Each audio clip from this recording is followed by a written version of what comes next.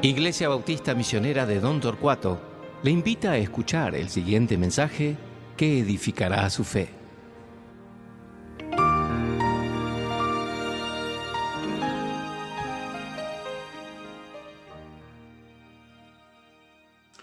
Muy buenos días, hermanos. Es un gozo estar con ustedes otra vez en este día. Y bueno, después de nuestra pausa para tener un mensaje especial para el comienzo del año, vamos a volver a nuestro estudio de 1 Corintios hoy. Y quiero hacerles recordar lo que hemos visto en este tiempo. Primero vimos en capítulos 1 a 4 que Pablo va enfrentando cosas del cual él fue informado en cuanto a la iglesia de Corinto. Él está hablándoles y enfrentando los problemas de contienda, conflicto, división, carnalidad que había entre ellos.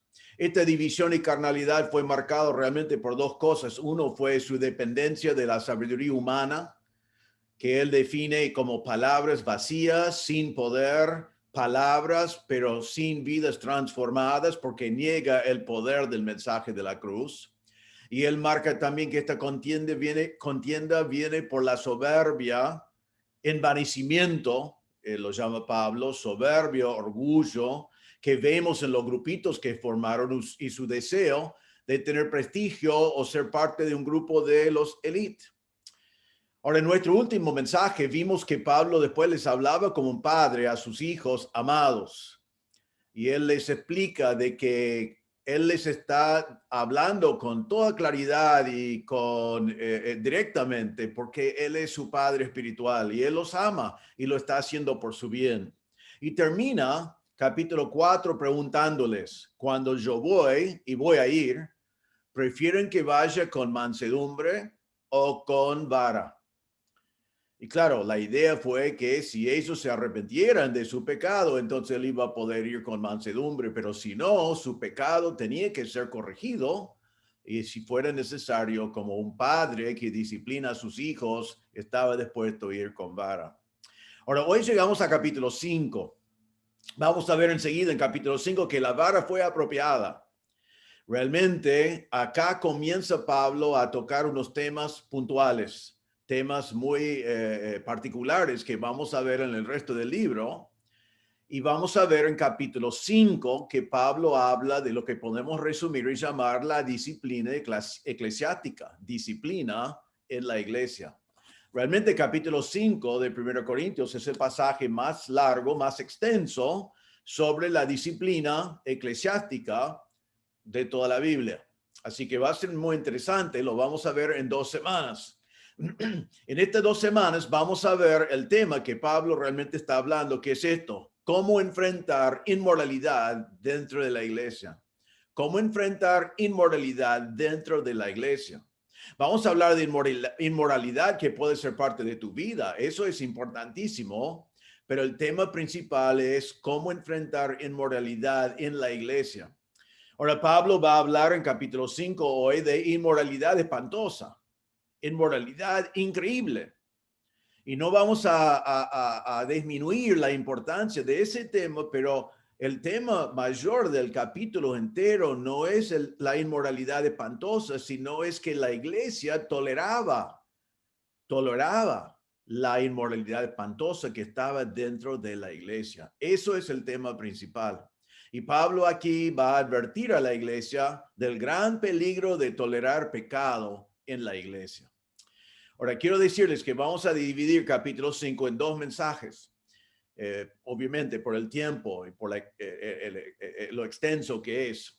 Hoy vamos a ver 4 características de una iglesia que tolera el pecado.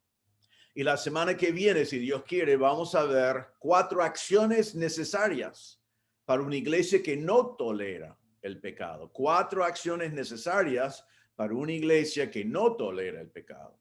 Pero hoy vamos a leer 1 Corintios 5 y vamos a ver 4 características de una iglesia que tolera el pecado adentro de la iglesia. Vamos a leer 1 Corintios 5. Pablo dice: de cierto se oye que hay entre vosotros fornicación, y tal fornicación cual ni aún se nombra entre los gentiles, tanto que alguno tiene la mujer de su padre. Y vosotros estáis envanecidos. ¿No debierais más bien haberos lamentado para que fuese quitado de en medio de vosotros el que cometió tal acción? Ciertamente yo, como ausente en cuerpo, pero presente en espíritu, ya como presente, he juzgado al que tal cosa ha hecho. En el nombre de nuestro Señor Jesucristo, reunidos vosotros y mi espíritu con el poder de nuestro Señor Jesucristo, el tal se ha entregado a Satanás para destrucción de la carne, a fin de que el espíritu sea salvo en el día del Señor Jesús. No es buena vuestra jactancia. ¿No sabéis que un poco de levadura leo de toda la masa? Limpiaos, pues, de la vieja levadura, para que seáis nueva masa, sin levadura como sois, porque nuestra Pascua, que es Cristo, ya fue sacrificada por nosotros. Así que celebremos la fiesta, no con la vieja levadura, ni con la levadura de malicia y de maldad, sino con panes sin levadura, de sinceridad y de verdad. Os he escrito por carta que no os juntéis con los fornicarios, no absolutamente con los fornicarios de este mundo, o con los avaros, o con los ladrones, o con los idólatras, pues en tal cosa os sería necesario salir del mundo. Más bien os escribí que no os juntéis con ninguno que, llamándose hermano, fuere fornicario o avaro, o idólatra, o maldiciente, o borracho, o ladrón. Con el tal ni aun comáis. ¿Por qué? ¿Qué razón tendría yo para juzgar a los que están fuera? ¿No juzgáis vosotros a los que están dentro? Porque a los que están fuera Dios juzgará. Quitad pues a ese perverso de entre vosotros. Bueno, un pasaje muy directo, muy claro, muy importante para la iglesia de hoy, muy importante para nuestra iglesia. Hoy vamos a ver 4 características de una iglesia que tolera el pecado dentro de la iglesia. En primer lugar, en versículo 1, la primera característica de una iglesia que tolera el pecado es que es una iglesia sin testimonio. Es una iglesia sin testimonio. Hay pecado en la congregación. Dice aquí, de cierto se oye que hay entre vosotros fornicación. Hay fornicación en la congregación. La palabra fornicación acá en griego es una palabra que te debe parecer conocido. Es la palabra porneia. Porneia. Nosotros sacamos la palabra pornografía de eso, pero la mejor traducción de la palabra es inmoralidad sexual. Pablo dice, se oye que hay entre vosotros inmoralidad sexual. Esta palabra realmente incluye muchas cosas. Fornicación es sexo fuera del matrimonio. Es todo tipo de sexo ilícito, toda clase de sexo que Dios ha prohibido. Incluye sexo prematrimonial. Cuando una pareja tiene relaciones sexuales antes de casarse, están cometiendo fornicación. Cuando personas viven juntadas, como se dice hoy, ya tenemos ese eufemismo, no están viviendo juntados, están viviendo en fornicación. Eso es la definición bíblica. Están fornicando, es inmoralidad sexual. Homosexualidad es otra forma de cometer fornicación, es inmoralidad sexual. Es la palabra que se encuentra en la Biblia para prostitución. También es la palabra porneia, inmoralidad sexual. También, y no es importante en nuestro texto, pero es importante cuando hablamos de divorcio y de casarse de nuevo, esta palabra fue utilizada para casamientos prohibidos bajo la ley de Israel. Lo que es importante entender es que Pablo dice, de cierto se oye que hay entre vosotros fornicación, inmoralidad, pecado, es pecado. Es importante comenzar hoy definiendo que fornicación es pecado porque en nuestra cultura hay eufemismos, se ve en las películas, se ve en la televisión, se ve en la vida. Ya fornicación prácticamente no existe para la cultura en la cual vivimos. Entonces, tenemos que tener cuidado que eso no llegue a ser nuestro concepto de fornicación. Pablo está espantado aquí por la fornicación y los corintios no. Entonces, tengamos cuidado que nosotros seamos como Pablo y que no seamos como los corintios aquí. En 1 Corintios 6:18, Pablo va a decir, en unas semanas lo veremos, si Dios quiere, huid de la fornicación, huid. Cualquier otro pecado que el hombre cometa está fuera del cuerpo, mas el que fornica contra su propio cuerpo peca. Entonces, ¿qué es lo que Pablo dice? Huye, no te metes, no te quedas cerca, no miras, sino huid de la fornicación, porque estás dañando a ti mismo. En 1 Tesalonicenses 4, versículos 3 a 5, Pablo dice, pues la voluntad de Dios es vuestra santificación, que os apartéis de fornicación. No podemos ser santificados y estar fornicando. Si fornicamos, no somos santos. Si estamos santificados, no estamos fornicando. Y aquí dice apartéis de fornicación. Y dice en 1 Tesalonicenses que cada uno de vosotros sepa tener su propia esposa en santidad y honor. Realmente la palabra esposa está mal traducido, no dice eso en griego, sino que dice cada uno de vosotros sepa tener su propio cuerpo en santidad y honor, no en pasión de concupiscencias o en pasión de deseos, como los gentiles que no conocen a Dios. Entonces está diciendo que el supuesto creyente que fornica está portándose como los gentiles que no conocen a Dios y no puede estar viviendo en santidad. En Efesios 5:3, Pablo dice, pero fornicación y toda inmundicia o avaricia ni aún se nombre entre vosotros, como conviene a santos. Entonces, fornicación no debe ser algo que hablamos, no debe ser algo que miramos en la televisión, no debe ser algo que miramos en las películas, no debe ser algo que miramos en nuestras computadoras. Debemos estar lejos de toda clase de inmoralidad sexual porque no conviene a santos. En Efesios 5:5, Pablo dice, porque sabéis esto, que ningún fornicario o inmundo o avaro que es idólatra tiene herencia en el reino de Cristo y de Dios. Si podés ser un fornicario viviendo en fornicación, es evidencia de que no conoces a Cristo como tu Salvador. En Hebreos 13:4 dice, honrosos sean todos el matrimonio, el lecho sin mancilla, pero a los fornicarios y a los adúlteros los juzgará Dios. Hay un momento dentro del matrimonio cuando el lecho es honroso y sin mancilla, pero fuera del matrimonio es fornicación y Dios lo juzgará.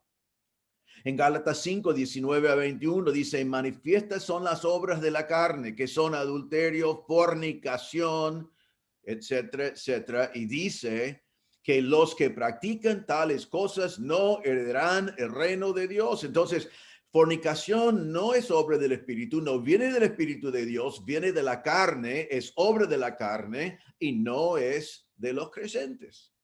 Entonces, quería tomar un momento para que nosotros vemos que Pablo está hablando de algo grave acá, pero los corintios no lo vieron como grave. Y otra vez, que seamos como Pablo, pegados a la palabra de Dios, viendo la fornicación como Dios lo ve, y no como los corintios que vieron la fornicación como lo vio el mundo. Y realmente vivimos en un mundo cuando fornicación es un chiste. No es considerado pecado, es glorificado. Había un programa en Estados Unidos, nunca lo vi. Yo sé que estaba pasado acá también, nunca lo vi, porque solo el título me hizo entender que no era para mí, porque no se nombra entre los santos, pero me llamaba la atención la glorificación de la fornicación. Fue un programa que se llamaba Californicación, que supongo que es la historia de muchos fornicarios en California. Se nota en casi todas las películas que hay fornicación, o implícito o explícito. Y cuando es así, vos y yo debemos apagar la tele, debemos apagar la película. Y si fuiste al cine, debes levantarte y salir, porque esas cosas no son normales, no son aceptables, no se debe aún nombrar entre los santos. Debemos quedarnos lejos, debemos huir. Hoy en día se presenta la pornografía como algo normal. Se hacen chistes de la pornografía.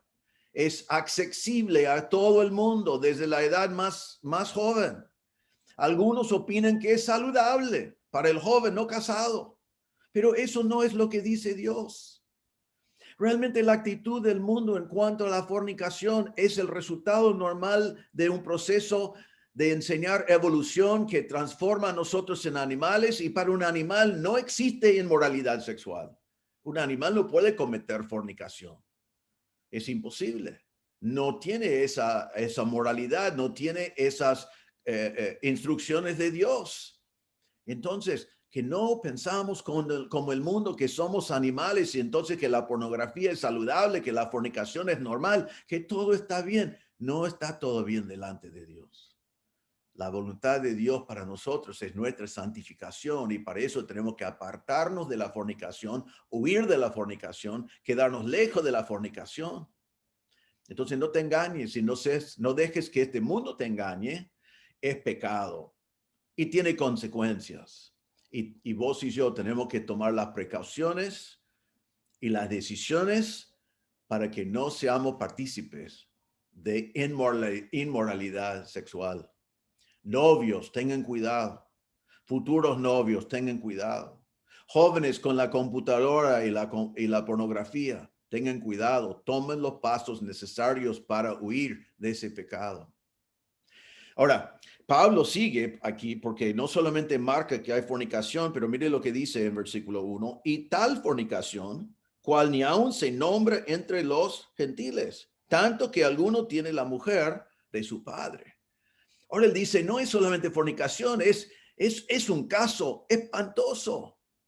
Realmente dice que es fornicación que ni los gentiles aceptan. La palabra es etnos, ni las naciones aceptan, ni los corintios, que son conocidos por su fornicación, aceptan esta fornicación que hay en la iglesia de Corinto, que fue incesto, que uno tenía la mujer de su padre. Ahora, no quiero meterme en los detalles acá porque no es necesario. Pablo no lo hace y no es necesario para lo que Pablo nos está diciendo. Probablemente era su madrastra, probablemente fue una mujer inconversa porque Pablo no hace ningún comentario sobre disciplinar a ella. La palabra tiene acá, tiene la mujer de su padre, es verbo en tiempo presente, significa que está con ella, ha estado con ella y está continuando estando con ella. Entonces es un pecado continuo que ha existido por un tiempo y sigue existiendo. Ahora, incesto, esta clase de fornicación fue prohibido en toda la palabra de Dios. Bajo la ley, en Levítico 18:8, Dios dijo a Israel, la desnudez de la mujer de tu padre no descubrirás. En la desnudez de tu padre fue prohibido específicamente. En Deuteronomio 22, versículo 30 dice, ninguno tomará la mujer de su padre, ni profanará el lecho de su padre. En Deuteronomio 27, versículo 20 dice, maldito el que se acostare con la mujer de su padre, por cuanto descubrió el regazo de su padre. Y dirá todo el pueblo, amén. Entonces, bajo la ley fue totalmente prohibido, fue específicamente prohibido como algo totalmente perverso. Y aquí en la iglesia de Corinto existía y estaba todo bien. Pero no solamente estaba prohibido bajo la ley de Dios, sino también fue prohibido bajo la ley romana.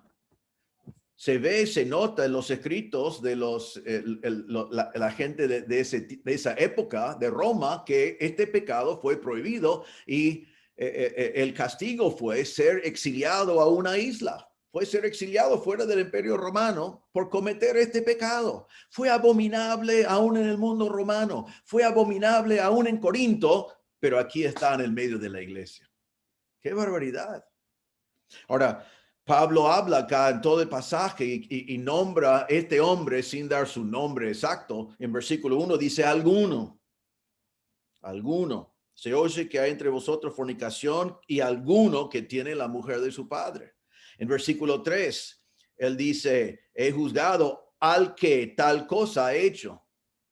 Al que tal cosa ha hecho. En versículo 5, al principio dice, el tal se ha entregado. En versículo 7 y 8, hace referencia al hombre como la vieja levadura que está contaminada.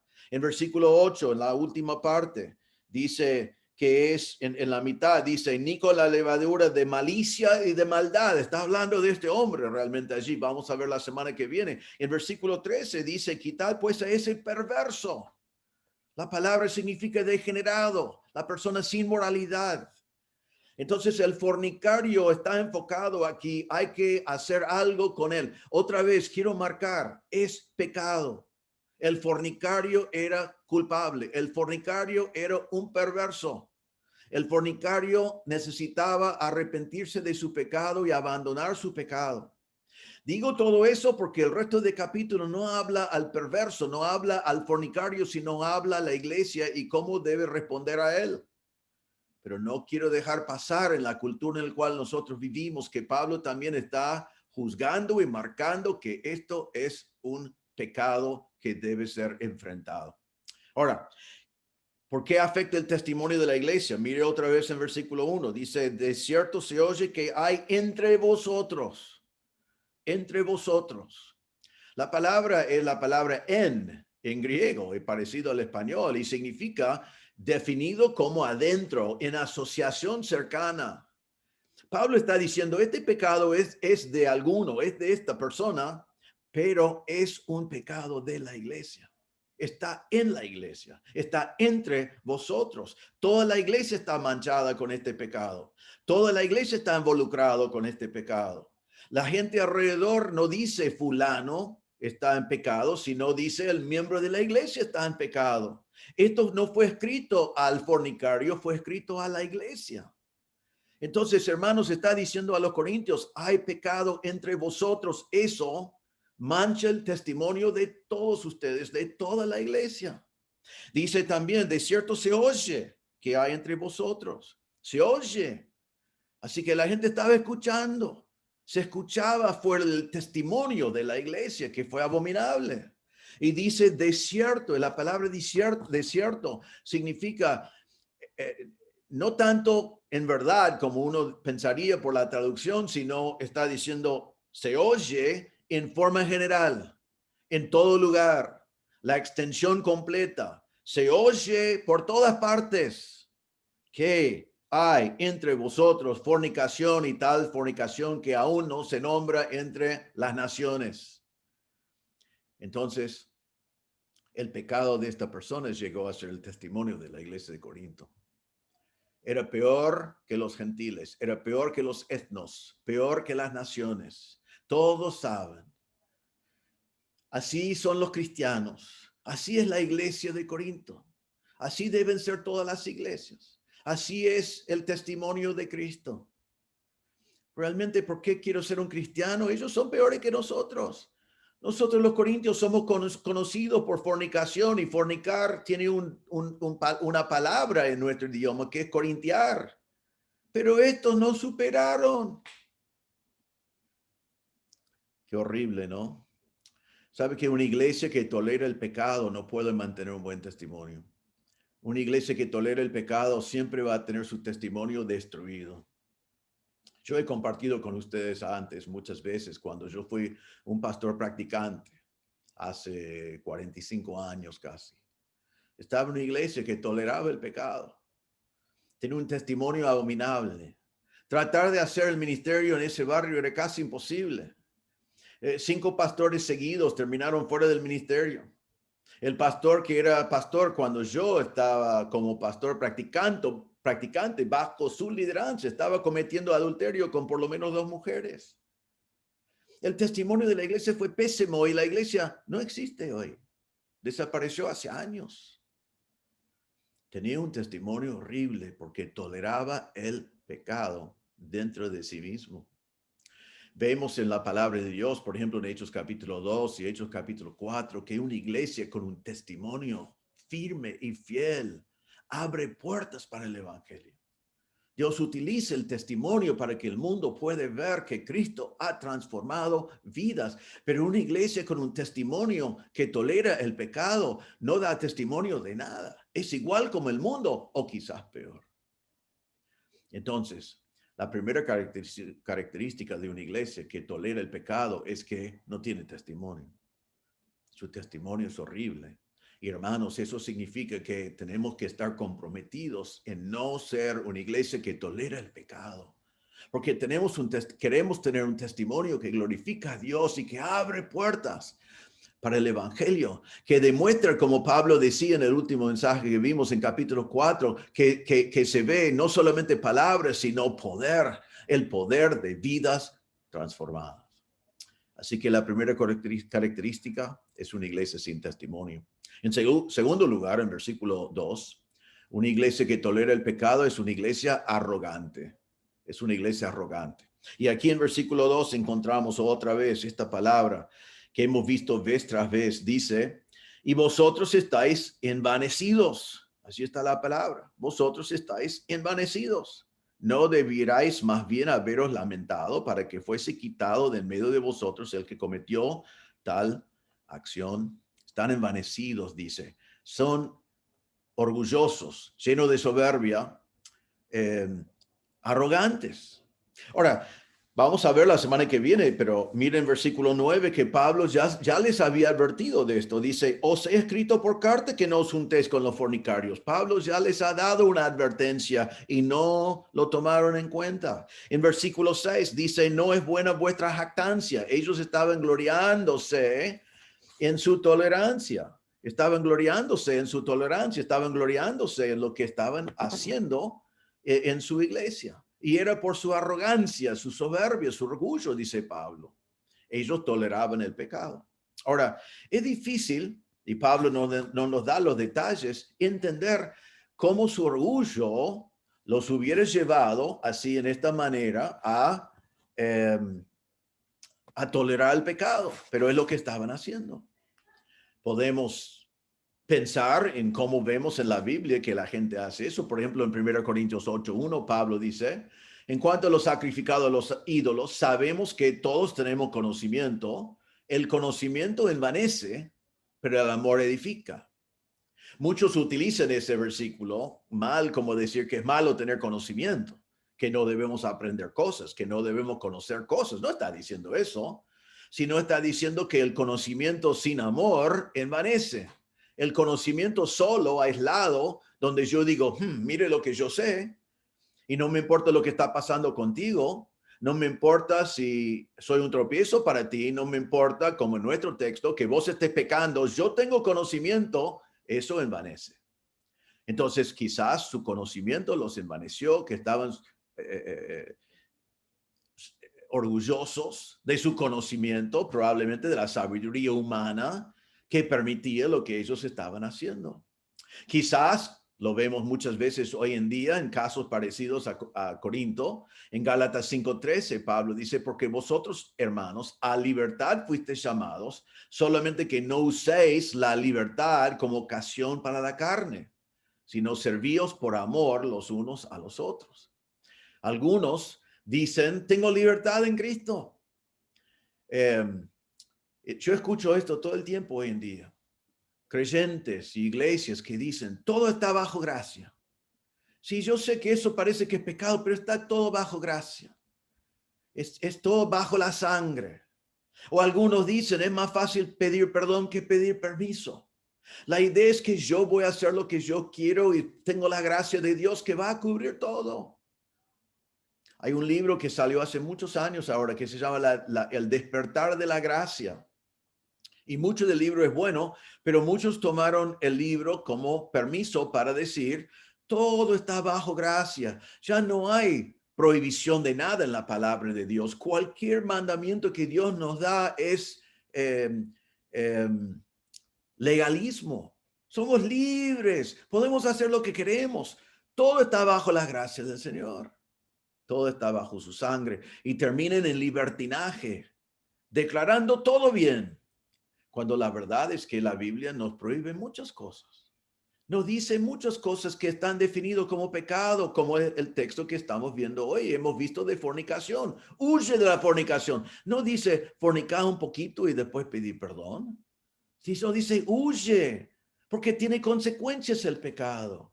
Apartéis de la fornicación, porque la voluntad de Dios para vosotros es su santificación. Es imposible tener las dos cosas. Es pecado. Pero muchos hoy, como los corintios, se envanecen y dicen, nosotros somos más allá de eso, todo está bajo gracia, todo está bien, podemos disfrutar de las cosas. Después podemos ir y pedir perdón, es todo bajo gracia. Hay algunos que se envanecen y dicen, y lo he escuchado en nuestra propia iglesia sobre los años, muchísimas veces, este concepto cuando hay disciplina eclesiástica, eso es que nosotros amamos más. La idea que tienes que amar más que Dios. Y cuando hay disciplina en la iglesia, hay alguno que dice, falta amor acá. Deben tener más amor, pobrecito que fue disciplinado, no debemos disciplinar. Había gente antes en nuestra iglesia que siempre no votaron cuando votamos una disciplina, no participaron porque querían tener más amor. Y algunos fueron al disciplinado y dijeron, pobrecito, ellos no te aman, pero nosotros sí. La Biblia dice muy claramente que Dios al hijo que ama, disciplina. Y azota a todo el que recibe por hijo, dice Hebreos 12:6. Disciplina no es una falta de amor, sino es una manifestación de amor.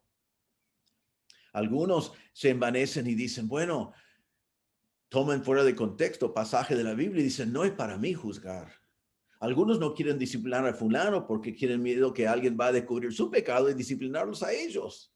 Entonces justifican su propio pecado por no querer disciplinar el pecado de otro.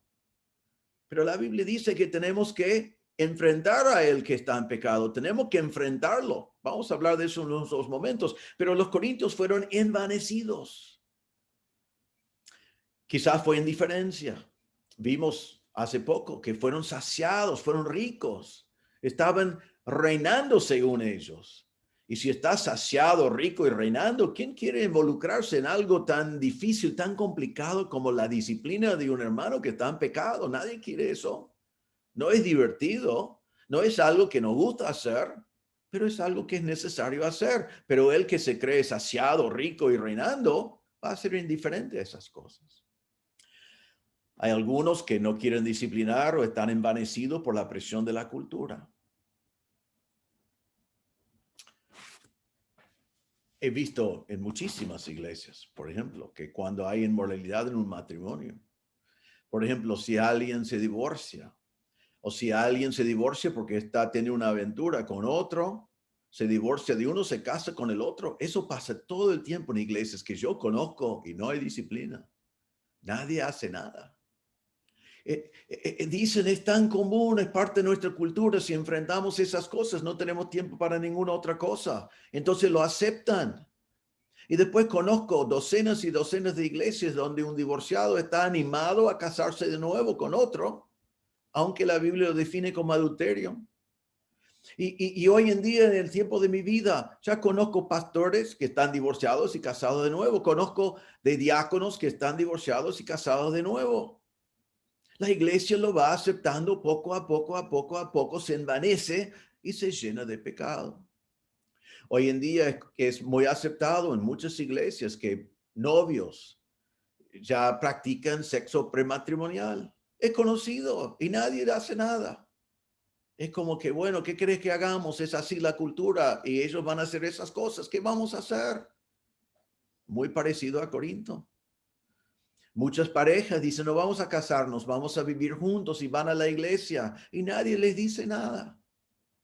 Está todo bien. Y poco a poco va entrando la homosexualidad. En mi opinión, no soy profeta, solamente por lo que he visto de esta actitud, como vemos en Corinto, que es una cuestión de tiempo hasta que las iglesias se llenen de homosexuales y donde dicen, bueno, no es lo mejor, pero está bien.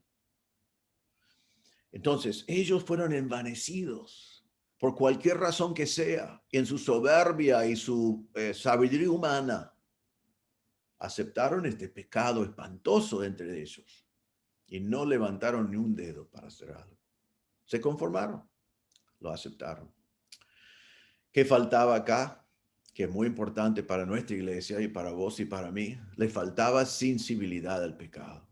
Se olvidaron de que el pecado es una violación de la santidad de Dios.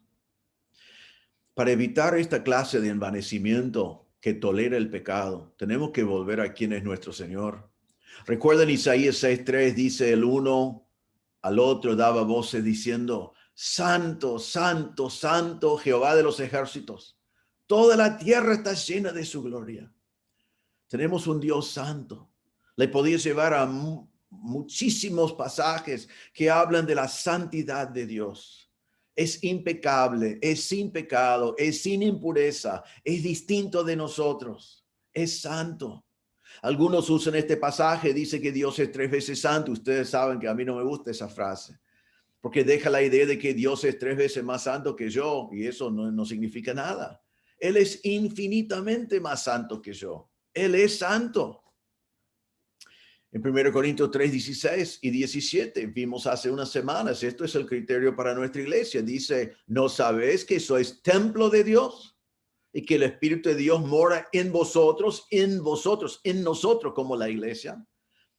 Si alguno destruyere el templo de Dios, Dios le destruirá a él, porque el templo de Dios, el cual sois vosotros, santo es. Entonces, hermanos, nuestro Dios es santo. Él no juega con el pecado. Y nosotros, su iglesia, somos un templo santo. Y es nuestra responsabilidad asegurar que esa iglesia sea así, santo, que sea santo. Dios quiere que sea santo, nos ha mandado así que sea santo. Y aquí está diciendo a los corintios que han permitido pecado. Recuerden al principio del libro, en 1 Corintios 1:2, dice a la iglesia de Dios que está en Corinto, a los santificados en Cristo Jesús, llamado a ser santos. Así que, hermanos, para que no seamos envanecidos como iglesia, y en estos casos tenemos que tener sensibilidad de la santidad de Dios y de la gravedad del pecado. Recuerden Isaías 6:3 que los ángeles dicen, santo, santo, santo es el Señor. Y 2 versículos después, el profeta Isaías dice así, ay de mí, que soy muerto, porque siendo hombre inmundo de labios, he visto el Rey Jehová de los ejércitos. Isaías vio una visión de la santidad de Dios y dijo, ay de mí, estoy muerto, porque soy un hombre de labios inmundos y he visto el Rey Jehová de los ejércitos. Para no tolerar el pecado nunca en nuestra iglesia, vos y yo tenemos que ser sensibles al pecado, sensibles a la santidad de Dios, llenarnos de la palabra de Dios que hable de que santo es nuestro Dios y que Él no tolera el pecado en nosotros. Y Él no quiere que nosotros lo toleramos tampoco. Entonces esta iglesia era una iglesia arrogante en tolerar el pecado. Y eso es el tema de todo el capítulo. El pecado fue abominable. Su arrogancia fue lo más chocante, aún más chocante que el pecado en sí, que fue tan abominable. Y el peligro que Pablo quiere marcar en este capítulo es el peligro de pecado tolerado que deja un mal testimonio. Que si toleras un pecado, toleras muchos pecados. Y al final no hay diferencia entre la iglesia y el mundo. O puede terminar siendo peor la iglesia que el mundo, como en este caso. Entonces, no disciplinar no es una cuestión de tener más amor. No estar dispuesto a disciplinar bíblicamente es tolerar el pecado y es arrogancia. Que no seas arrogante como los corintios. Que no seamos arrogantes, sino que seamos sensibles a la santidad de Dios y al pecado, y que no toleramos el pecado. Entonces, la iglesia que tolera el pecado, primero, es una iglesia sin testimonio. Segundo, es una iglesia arrogante. Y en tercer lugar, es una iglesia sin convicción. Una iglesia sin convicción. Miren versículo 3. Pablo dice así, fuertemente habla Pablo.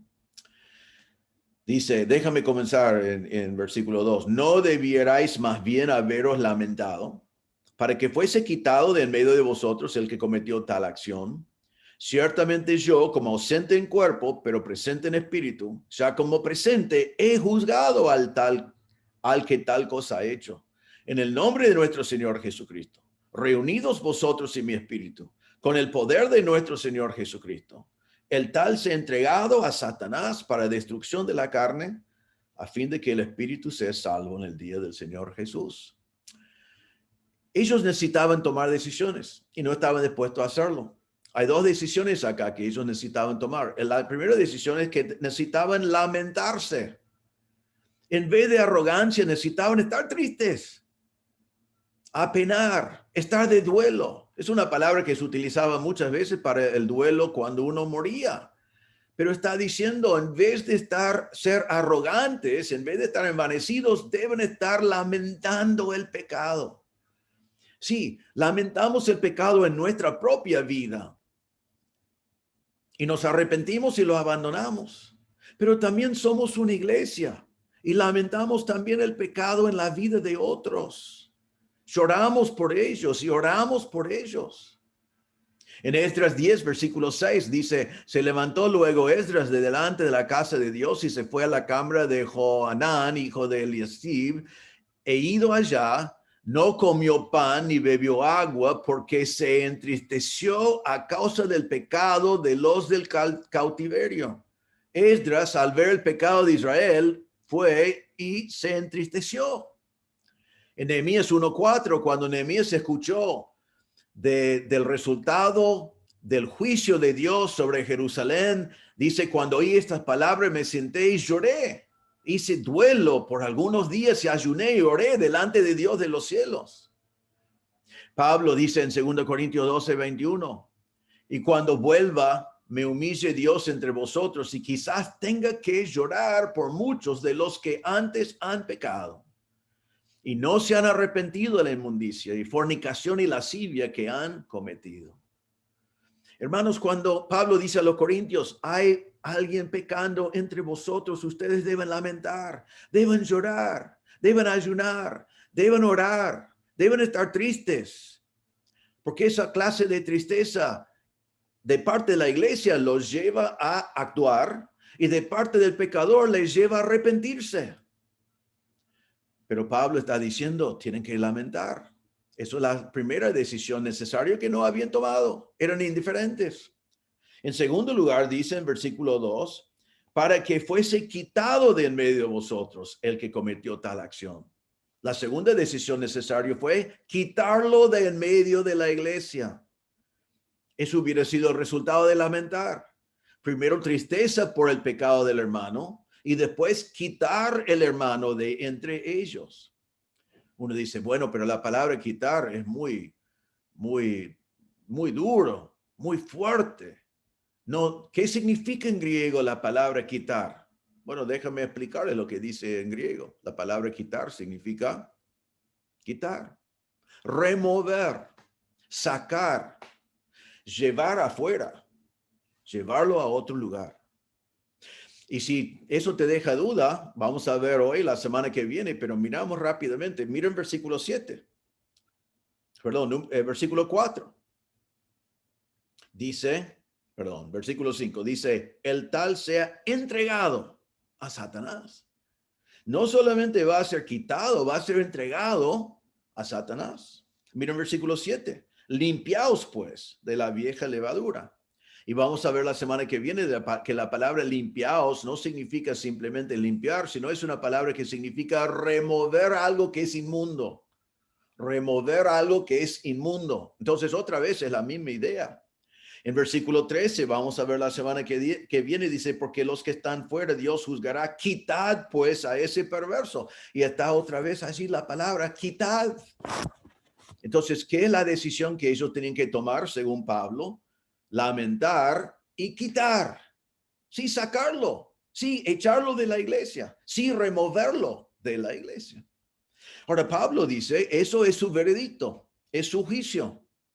Él está lejos y mire lo que dice en versículo 3. Dice, estoy ausente físicamente, pero estoy presente en mi espíritu porque recuerden que soy su padre espiritual. Yo tengo intereses acá, yo les amo y aunque estoy lejos físicamente, estoy muy involucrado en mi espíritu. Y él dice, ya como presente he juzgado a tal que ha hecho esta cosa. Ya lo he juzgado. Ahora, Pablo no estaba allí diciendo no puedo juzgar. Él entendió la diferencia entre juzgar a otro cuando no miré en mí mismo y enfrentar el pecado, que son dos cosas diferentes en la palabra de Dios. Él dice, yo ya tengo mi veredicto, yo he llegado a mi conclusión, ya lo tengo condenado a él que tal cosa ha hecho, yo ya lo juzgué.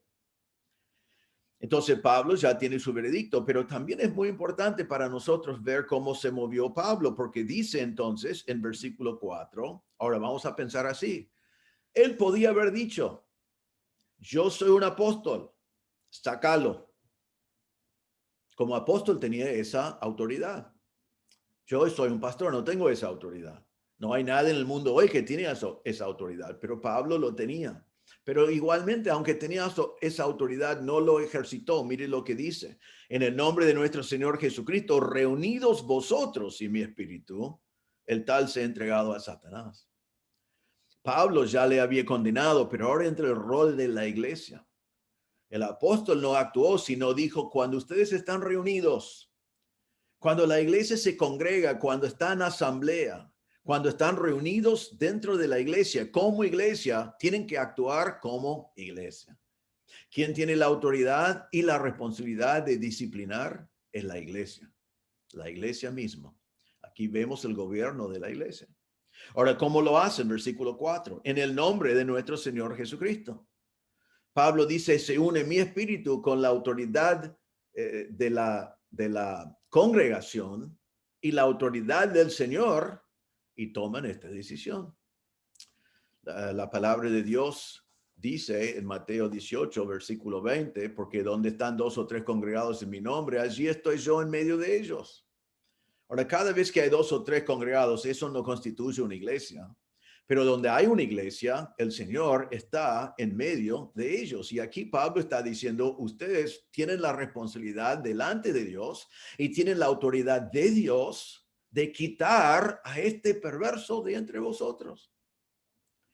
¿Qué encontramos en la palabra de Dios? Que es la iglesia local que disciplina. El pasaje más clásico de disciplina es Mateo 18, 15 a 17. Ustedes lo recuerdan.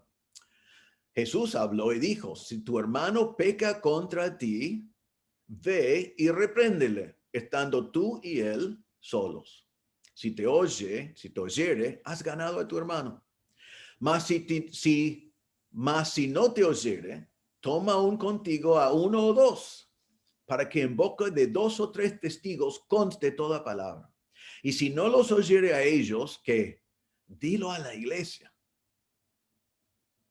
Y si no oyere la iglesia, dilo al papa. No. Dile a la jerarquía. No. Dile al pastor. No. Y si no oyere a ellos, dilo a la iglesia. Y si no oyere la iglesia, tenle por gentil y publicano. O sea, tenle por inconverso. ¿Dónde está la última palabra? ¿Dónde está la autoridad? ¿Quién es responsable por disciplina? Es la iglesia. No Pablo, no algo exterior a la iglesia, sino la iglesia local. Y eso significa, hermanos, que si hay pecado en nuestra iglesia, los responsables somos nosotros. Tenemos la autoridad de quitarlo. Tenemos la responsabilidad de quitarlo. Ahora, ¿qué es el juicio que Pablo recomienda acá? Y esto nos choca un poco al leerlo, pero hay que tratar de entenderlo. No hay muchos pasajes paralelos para darnos más luz sobre lo que dice en versículo 5, pero dice, el tal sea entregado a Satanás para destrucción de la carne. Ahora debemos entender esto. Pablo está diciendo, vamos a sacarlo de la iglesia, o sea, vamos a removerlo de la iglesia, y ahora vamos a removerlo de la iglesia y entregarlo a Satanás. Lo estamos removiendo de la esfera de la iglesia, donde la iglesia le ministra, donde la iglesia le protege, donde la iglesia tiene la responsabilidad delante de Dios de enfrentar su pecado. Como no ha respondido a la iglesia, ahora lo sacamos de la esfera de la iglesia y lo ponemos en la esfera de Satanás, en el mundo, donde Satanás domina hoy. En 1 de Juan 5:19 dice, sabemos que somos de Dios y el mundo entero está bajo el maligno. En Juan 12:31 dice, ahora es el juicio de este mundo, ahora el príncipe de este mundo será echado fuera. Entonces, hoy en día Satanás es el príncipe de este mundo y el mundo está bajo el maligno. Entonces, Pablo está diciendo, sacarlo de la iglesia con su protección, con la iglesia que enfrenta su pecado, no responde a la iglesia, ponerle en el mundo bajo el dominio de Satanás, donde no tiene la protección de la iglesia. Ahora, yo creo que es muy importante entender este concepto, porque cuando hay un pecado en la iglesia y no disciplinamos al pecador, realmente le estamos protegiendo. porque Dios delegó el enfrentar su pecado a nosotros. Y hasta que nosotros lo llevamos a todos los pasos y ha escuchado a la iglesia y no responde a la iglesia, está protegido por la iglesia. Y mi convicción basado en este pasaje, en otros, es que Dios no le va a juzgar a ese pecador porque Él delegó eso a nosotros. Pero una vez que la iglesia ejercita su disciplina, la persona es sacada de la protección de la iglesia local y es entregado a Satanás para la destrucción de la carne. Y nosotros no queremos proteger a un pecador obstinado tolerando pecado dentro de la congregación. Tenemos que expulsarlo de la iglesia. Y como Pablo dice acá, el tal sea entregado a Satanás para destrucción de la carne. Ahora, ¿por qué pasa eso? En 2 Tesalonicenses 3:14, otro pasaje que habla de disciplina, dice, si alguno no obedece a lo que decimos por medio de esta carta, ese señalarlo y no os juntéis con él para que se avergüence. El Señor está haciendo todo esto para el bien del pecador. El Señor quiere producir en el pecador vergüenza y arrepentimiento y restauración. Eso es lo que Dios está tratando de hacer. Y otra vez, si nosotros como iglesia lo protegemos y decimos, amamos tanto que no lo vamos a disciplinar, estamos estorbando el plan de Dios que Dios planificó para llevarle al arrepentimiento. ¿Qué dice acá? Dice que se ha entregado a Satanás para destrucción de la carne. Sí, para que esté afligido físicamente. Hay pasajes que hablan de eso. Cuando hacemos la Santa Cena, ¿qué dice 1 Corintios 11:30? Dice que algunos participan de la cena indignamente. Dice, por lo cual hay muchos enfermos y debilitados entre vosotros y muchos duermen o muchos han muerto. Si pues nos examinamos a nosotros mismos, no seríamos juzgados. Mas siendo juzgados, somos castigados por el Señor para que no seamos condenados con el mundo. Entonces tenemos que darnos cuenta que esto puede ser hasta el castigo de Dios, puede ser físico para llevarnos al arrepentimiento. En primera de Juan, capítulo 5 y versículo 16, dice así, si alguno viere a su hermano cometer pecado que no sea de muerte, pedirá y Dios le dará vida. Esto es para los que cometen pecado que no sea de muerte. Hay pecado de muerte por el cual yo no digo que se pida. Entonces hay pecados por lo cual uno no es arrepentido que le lleva a la muerte. Y Pablo dice, no estoy diciendo que oren por eso, porque eso es el juicio de Dios. ¿Parece fuerte? Eso es fuerte. Pero miren el propósito final del Señor en versículo 5. Dice, a fin de que el espíritu sea salvo en el día del Señor Jesús. El Señor hace todo esto para que la persona en el día del Señor, en el juicio final, sea salvo, sea un creyente. Ahora, ¿qué significa eso? Si este hermano que es disciplinado es un creyente, si es un creyente, el proceso de disciplina le va a dar vergüenza y le va a llevar a arrepentirse y va a estar restaurado. Amén. A veces tenemos el privilegio de restaurar a disciplinados después de que se arrepintieron y abandonaron su pecado. Qué bendición que es eso. Hay otros que han llegado a ser miembros por su profesión de fe y están viviendo en pecado porque realmente no son salvos. Y en ese caso también el hecho de que estén en la iglesia por allí les hace engañar a sí mismo creyendo que están bien con Dios. Y esta disciplina quita esa idea que yo estoy bien y le pone en la mano de Satanás para que entiendan que no son salvos. Y el propósito de Dios es que sepan que su profesión de fe no era real, no son salvos, no tienen vida eterna, no tienen perdón de pecados y para que sean salvos.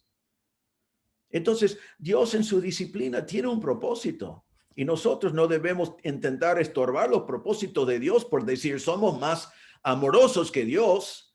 Tenemos que tener convicciones de la palabra de Dios y hacer lo que Dios nos manda hacer. Que no seamos flojos, que tengamos convicciones. Pablo dice, yo estoy lejos, pero ya lo veo, ya lo he juzgado. Ahora ustedes como iglesia, reúnense y entregarlo a Satanás para la destrucción de la carne, para que en el día del Señor su espíritu sea salvo. A veces, después de que alguien de nuestra congregación sea disciplinado, por allí lo encuentro, lo veo, lo visito y digo, ¿cómo andas? Y me dice, nunca mejor, estoy re bien. Su intención es decir, tómatela, la disciplina no me importa nada. Y cuando me dice eso, yo digo, lamento mucho escuchar eso. Porque si estás bajo disciplina por pecado y pensás que tu vida fue nunca mejor, significa que no eres hijo de Dios, porque Dios disciplina a sus hijos. Necesitas arrepentirte y confiar en Cristo como tu Salvador. Y así es lo que Pablo está diciendo aquí. Así que una iglesia que tolera el pecado es una iglesia sin testimonio, es una iglesia arrogante y es una iglesia sin convicción. Y en último lugar, es una iglesia ignorante. Es una iglesia ignorante. Miren versículo 6. Y vamos a ver parte de versículo 6 y arrancamos con versículo 6 la semana que viene. Pero dice, no es buena vuestra jactancia. ¿No sabéis que un poco de levadura leuda toda la masa?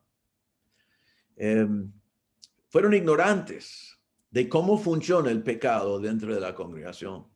Se ve su ignorancia en su jactancia. Ellos estaban jactándose en su envanecimiento todavía. Es una cosa que Pablo tiene que volver a mencionar vez tras vez. Recuerden 1 Corintios 3:21, así que ninguno se gloríe en los hombres. No tenemos que gloriarnos en los hombres. 1 Corintios 4:7, porque ¿quién te distingue? ¿Qué tienes que no hayas recibido? Y si lo recibiste, ¿por qué te glorías como si no lo hubieras recibido? Y 1 Corintios 1:31, que dice, el que se gloría, gloríese en el Señor. Pero ellos estaban gloriándose, es la misma palabra, estaban jactándose de su tolerancia del pecado. No sabemos seguramente, o sea, no tenemos toda seguridad porque nos hace pensar que era un hombre importante, que era un hombre de prestigio. Quizás era uno de los elocuentes, quizás era uno de los élite. Quizás era alguien que ofrendaba mucho a la iglesia. Quizás era alguien que estaba muy bien visto en la sociedad. Pero ellos se jactaron de su tolerancia. Y eso es porque eran ignorantes. ¿Y de qué fueron ignorantes? Miren lo que dice. No sabes, tienen que saber. Pablo está suponiendo que saben. Y les está preguntando, ¿no sabes que un poco de levadura leuda toda la masa? Probablemente las cocineras y los cocineros entienden este pasaje mejor que nosotros que no cocinamos. Pero en la antigüedad lo que hicieron cuando hicieron pan es que hicieron la masa y antes de cocinarlo, sacaron un pequeño pedacito de la masa, la vieja masa. Y tomaron ese pedacito de la vieja masa y agregaron un poquito de agua y un poco de harina y después lo dejaron.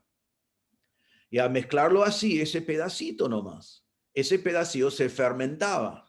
Realmente era un proceso de corrupción, de fermentación. Y unos días después, cuando estaban por hacer más pan, tomaron ese pequeño pedacito de la vieja masa que ya estaba fermentada y lo agregaron, y ya fue levadura, y lo agregaron a una nueva masa. Y ahora tiene una nueva masa grande con ese pedacito fermentada. Y Pablo dice, ¿no sabes que un poco de levadura leuda toda la masa? Entonces, como sabemos hoy, cuando usamos levadura, pero normalmente lo compramos, agregas un poquitito a toda la masa. ¿Y qué hace? Penetra todo, afecta todo. Está en toda la masa. Es imposible después sacar algo de eso de la masa. Es total. En este caso, entonces, tenemos dos principios. La levadura es corrupción, es fermentación. Y el segundo principio es que penetra todo. Y Pablo está preguntando, ¿ustedes no saben cómo es la levadura? Es corrupción que penetra absolutamente todo. Y así es el pecado tolerado en la iglesia. Es pecado y quizás parece ser chiquitito, quizás es una sola persona, pero penetra todo. En la palabra de Dios, la levadura está utilizada vez tras vez para hablar de algo que penetra. En Mateo 16, versículo 6, Jesús dijo, mirad, guardaos de la levadura de los fariseos y los saduceos. Y más adelante en Mateo 6:12, él aclara que dice guardarse de la levadura, que es la doctrina de los fariseos y de los saduceos. La doctrina, su legalismo, su autojusticia fue la levadura de ellos. En Lucas 11:1, Jesús dijo, guardaos de la levadura de los fariseos, que es la hipocresía. En Gálatas 5:7 en adelante, Pablo dijo, vosotros corríais bien. ¿Quién os estorbó para no obedecer a la verdad? Esta persuasión no procede de aquel que os llama. Un poco de levadura lea de toda la masa, que está diciendo que la falta de obediencia a la verdad que está permitido, si está tolerado, penetra todo. 1 Corintios 15:33 dice, no erréis, las malas conversaciones corrompan las buenas costumbres, la corrupción que hace la levadura. Ahora, en nuestro texto, ¿qué es la levadura? Versículo 1, es fornicación o un fornicario. En versículo 8 dice, celebremos la fiesta no con la vieja levadura, ni con la levadura de malicia y de maldad. Esa pequeña levadura es el fornicario. Es la levadura chiquita de malicia, de maldad.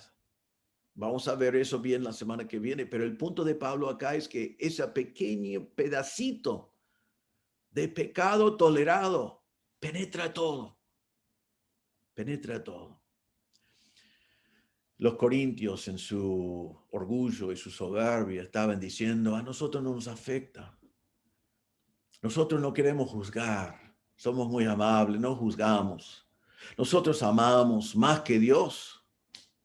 O quizás dijeron, no es mi problema, estoy reinando.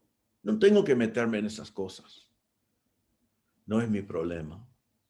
Pero la realidad que Pablo está enseñándoles es que ese pecado tolerado corrompe toda la iglesia. ¿Sabe qué? Si una iglesia permite que un divorciado se case de nuevo, muchos divorciados se van a casar de nuevo. Si la iglesia decide que hay una excepción al pecado, va a haber muchas excepciones al pecado. Si la iglesia dice, vamos a permitir a un fornicario, va a tener que aceptar a muchos fornicarios. Si la iglesia permite una doctrina falsa, ya no tiene medida para sacar a cualquier doctrina falsa. Un poco de levadura leuda toda la masa. Ellos fueron ignorantes de eso. Nosotros no podemos ser ignorantes de eso. Porque el principio sigue siendo la verdad hoy. Yo conozco tantas iglesias que son así. Han permitido pecados y lo han justificado y lo han perdonado a sí mismos y han sido indiferentes y ya la iglesia parece como el mundo. Todo pecado es aceptado. Y muchas veces he escuchado la frase en cuanto a los jóvenes, hay que dar a los jóvenes lo que ellos quieran. Porque si no vamos a perder a los jóvenes, entonces tienen miedo de no perder a los jóvenes, entonces lo dejan hacer lo que quieran. Y aprueban todo. Y los jóvenes no entienden la diferencia entre bien y mal, no entienden la santidad del Señor, no entienden por qué deben vivir una vida santa, no entienden nada porque nadie los dice. Nosotros no podemos dejar nunca la levadura de pecado en nuestra iglesia. Entonces, mi oración es que nuestra iglesia jamás sea una iglesia que tolera el pecado. Es más fácil, pero tiene consecuencias gravísimas. Y yo no voy a estar para siempre. Y es una decisión eclesiástica, es una decisión de la iglesia. Así que te animo a ti hoy a comprometerte como miembro de nuestra iglesia, a nunca dejar que el pecado sea tolerado en la iglesia. Enfrentamos el pecado como Mateo dice, si vos ves a tu hermano pecar contra ti, anda a hablarle solo, con mansedumbre, como dice en Gálatas 6:1. Si no te escucha, vaya con 2 o 3 testigos. Y si te escucha, has ganado a tu hermano, le has enfrentado, él se arrepienta, abandona su pecado y está restaurado sin que sea llevado a la iglesia. Pero si no escucha a 2 o 3 testigos, que sea llevado a la iglesia. Y si no escucha a la iglesia, que sea quitado, removido, sacado. Entonces, depende de cada uno de nosotros. Entonces, hermanos, algunas recomendaciones que puedo sacar de este pasaje. Primero, que seas sensible al pecado. Sensible al pecado. Vivimos en un mundo de insensibilidad total al pecado, de conciencias cauterizadas, que no hay nada malo. Todo está bien. Y realmente, en base a la teoría de evolución que ha sido enseñado ya por 100 años, más de 100 años, no hay nada malo. Animales no pueden pecar. Todo lo que hacen lo hacen por instinto. Pero vos y yo estamos creados a la imagen de Dios. Y Dios nos ha dicho lo que es pecado y lo que es bueno. Así que seamos muy sensibles a la santidad de Dios.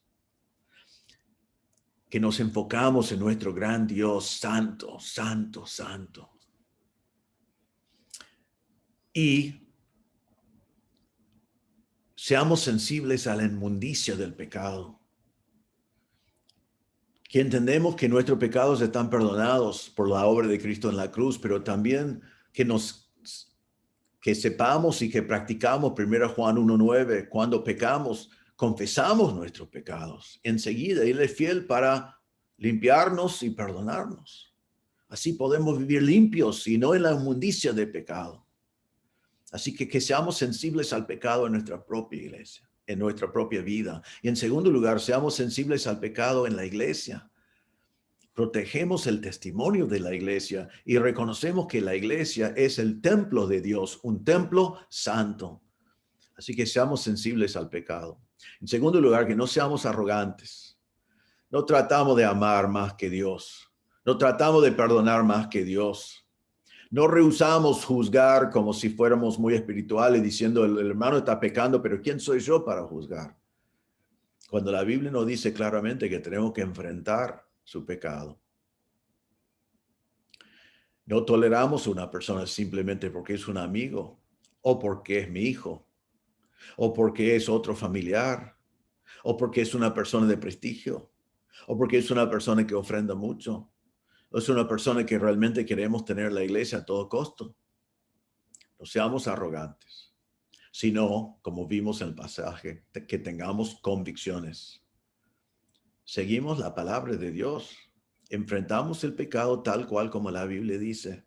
Seguimos la Biblia con la autoridad de Cristo, con la autoridad que Él delegó a su iglesia. Enfrentamos el pecado. En cuarto lugar, que no seamos ignorantes. Ya estamos mirando en este texto, ya no tenemos por qué ser ignorantes. No vayas a engañarte que podemos tolerar un poquito de pecado. En el caso de fulano, en el caso de mengano, un poquito que no nos va a afectar porque un poco de levadura leuda toda la masa. El pecado penetra todo hasta que todo esté inmundo. Quizás hay alguien mirando, escuchando, que es miembro de nuestra iglesia y sabe en su corazón que es digno de disciplina. Quizás no lo sabemos. Quizás nadie la ha enfrentado.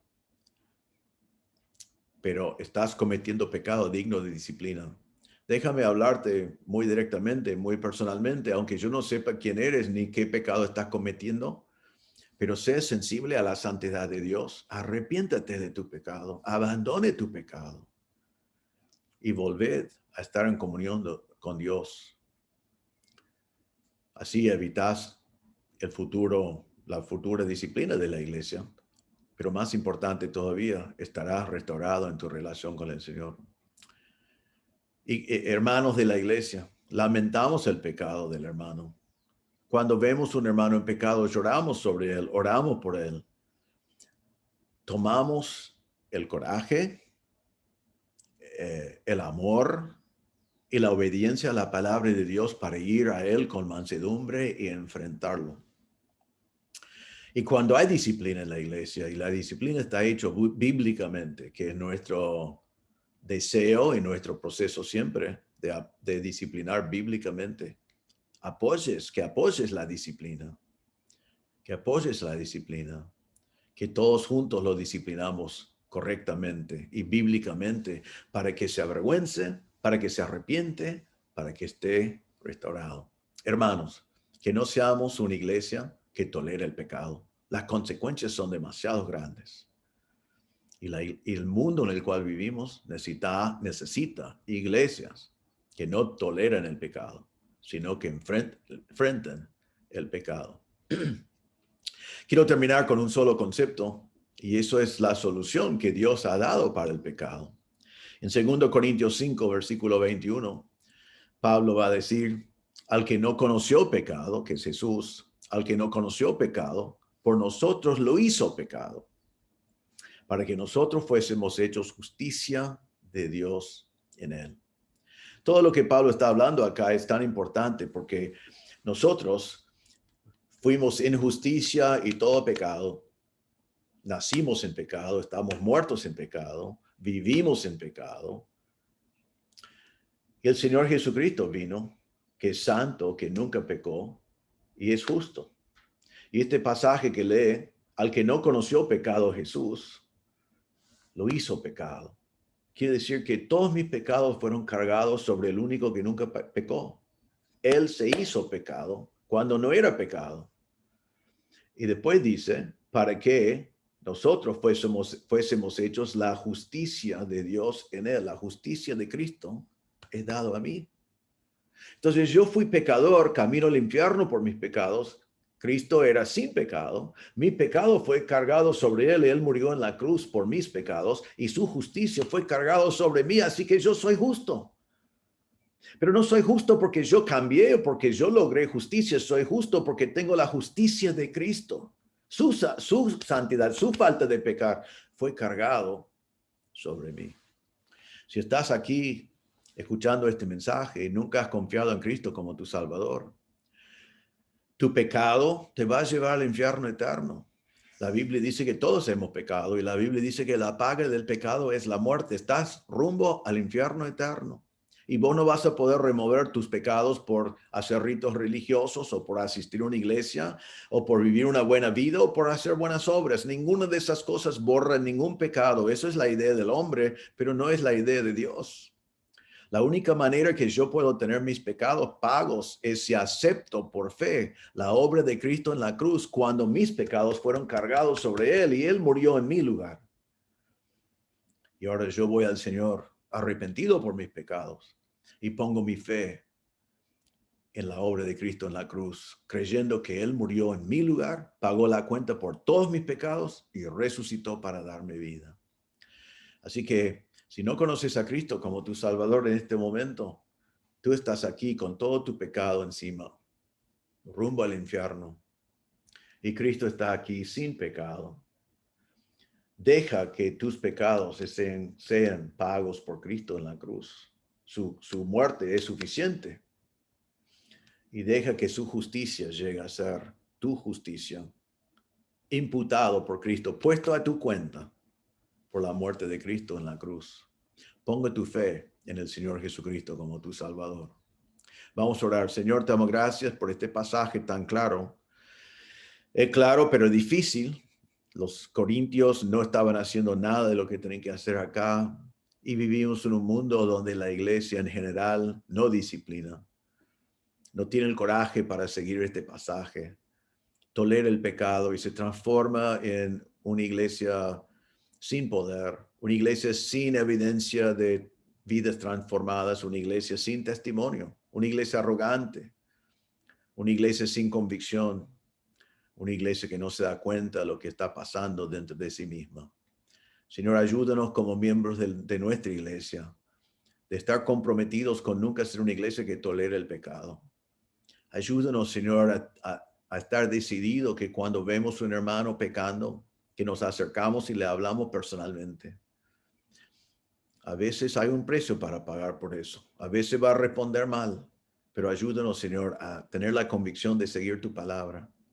Y si no responde, a ir con 2 o 3 testigos. Y si no responde, a llevarlo a la iglesia. Y si no responde, como iglesia, a quitarlo de la congregación, con el fin de que se avergüence, que se arrepiente, que su alma sea salvo en el día del Señor. Señor, pido también si hay alguien presente que está escuchando y no conoce a Cristo como Salvador, que tú obres también en él para que sepa que necesita de la justicia de Dios. No hay otra forma de lograrlo. No hay forma de lograrlo por sí mismo. Solo puede ir a la cruz, confesar sus pecados y confiar en Cristo como su Salvador. Pedimos, Señor, que proteges a nuestra iglesia, que nunca seamos una iglesia que tolere el pecado y que estemos dispuestos siempre a sacar esa levadura que puede leudar a toda la iglesia. Y que seamos una iglesia con testimonio, que todo el mundo alrededor puede ver la luz. Que seamos una iglesia con convicciones, que hace siempre lo que dice tu palabra. Que sea una iglesia que es sensible al pecado y a la santidad de Dios.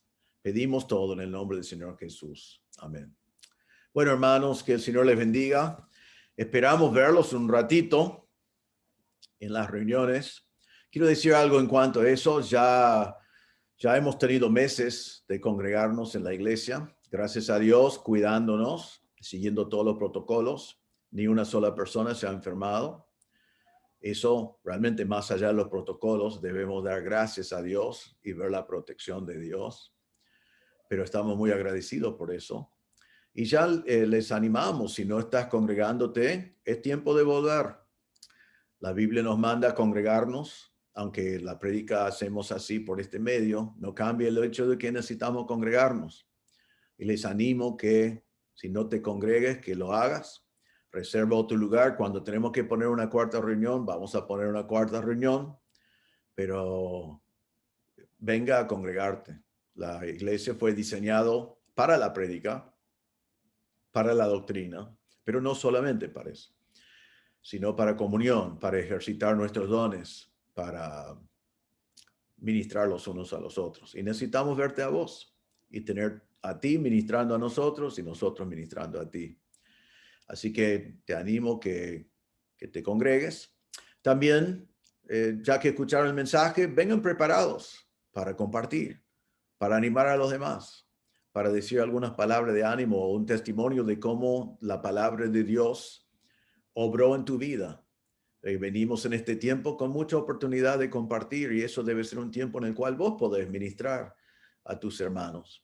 Queremos ser ministrados y queremos que esa hora que tenemos sea muy edificante para la vida de cada uno de nosotros. Una cosa más que es más bien como un aviso que he comunicado por otros medios. Como es muy difícil en este momento hacer un retiro de planificación y es muy difícil visualizar o entender cómo planificar los ministerios para el año 2021.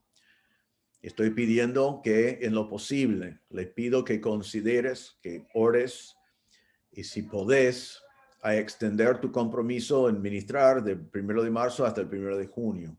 Así podemos más o menos seguir las cosas tal cual como son, porque es un momento muy difícil de hacer cambios, porque no podemos tener las reuniones de líderes que queremos tener, y los ministerios también son muy COVID-céntricos, vamos a decir, que hemos diseñado ministerios para este tiempo, y tengo la esperanza que para el 1 de junio ya podemos ver que las cosas cambien bastante. Entonces, si podés mandarme una nota por Face, por mail, por WhatsApp, lo que sea, confirmando si podés seguir en el ministerio que tenés hasta el 1 de junio. Y si no podés, por favor, mandame eso también para que podamos hacer los ajustes necesarios. Así que oren por eso. Queremos que los ministerios sigan firmes y que el Señor nos dé sabiduría en este tiempo hasta que podamos reunirnos en una asamblea y también en planificar los ministerios para el año 2021. Que el Señor le bendiga, que el Señor nos utilice para su gloria en esta semana.